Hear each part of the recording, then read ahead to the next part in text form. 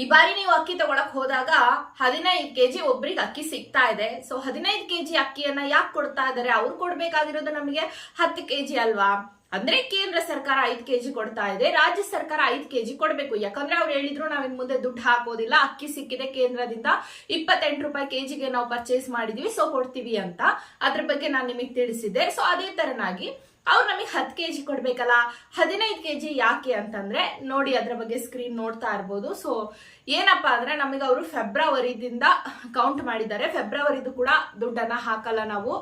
ಆ ತಿಂಗಳದು 5 ಕೆಜಿ ಅಕ್ಕಿ ಅಂದ್ರೆ ಫೆಬ್ರವರಿದ 5 ಕೆಜಿ, ಮಾರ್ಚಿಂದ 5 ಕೆಜಿ ಜೊತೆ ಕೇಂದ್ರದ 5 ಕೆಜಿ, ಟೋಟಲ್ ಆಗಿ ಈ ಸಾರಿ ಮಾತ್ರ 15 ಕೆಜಿ ಅಕ್ಕಿಯನ್ನ ನಿಮ್ಗೆ ತಗೊಳಕ್ ಹೋದಾಗ ಕೊಡ್ತಾರೆ 10ನೇ ತಾರೀಕಿನ ಒಳಗೆ ನ್ಯಾಯಬೆಲೆ ಅಂಗಡಿಯಲ್ಲಿ. ಸೊ ನೆಕ್ಸ್ಟ್ ಟೈಮ್ ಇಂದ ಮತ್ತು 10 ಕೆಜಿನೇ ಕಂಟಿನ್ಯೂ ಆಗುತ್ತೆ. ಹಾಗಾದ್ರೆ ಅವ್ರು ಅಕ್ಕಿ ಹಣವನ್ನ ಹಾಕಬೇಕಲ್ವಾ? ಯಾವಾಗಿಂದ ಎಷ್ಟು ಕಂತಿಂದ ಹಾಕ್ತಾರೆ?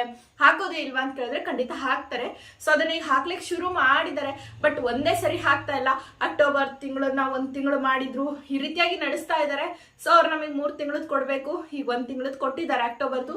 ಈಗ ಅವ್ರು ನಮಗೆ ಡಿಸೆಂಬರ್ ಜನವರಿದನ್ನ ಕೊಟ್ರೆ ಕಂಪ್ಲೀಟ್ ಆಗುತ್ತೆ ಅಂತ ಅವ್ರು ಹೇಳ್ತಿದ್ದಾರೆ. ಸೊ ನೀವ್ ಹೇಳ್ಬೇಕು ಎಷ್ಟು ತಿಂಗಳು ಬಂದಿದೆ, ಎಷ್ಟು ತಿಂಗಳು ಬಂದಿಲ್ಲ ಅಂತ. ಸೊ ನೆಕ್ಸ್ಟ್ ಈ ಒಂದು ಮಂತ್ ಅಲ್ಲಿ ತಗೊಳಕ್ ಹೋದಾಗ 15 ಕೆಜಿ ಒಬ್ರಿಗೆ ಅಕ್ಕಿ ಬರುತ್ತೆ, ನೆಕ್ಸ್ಟ್ ಮಂತ್ ಇಂದ 10 ಕೆಜಿ ಬರುತ್ತೆ.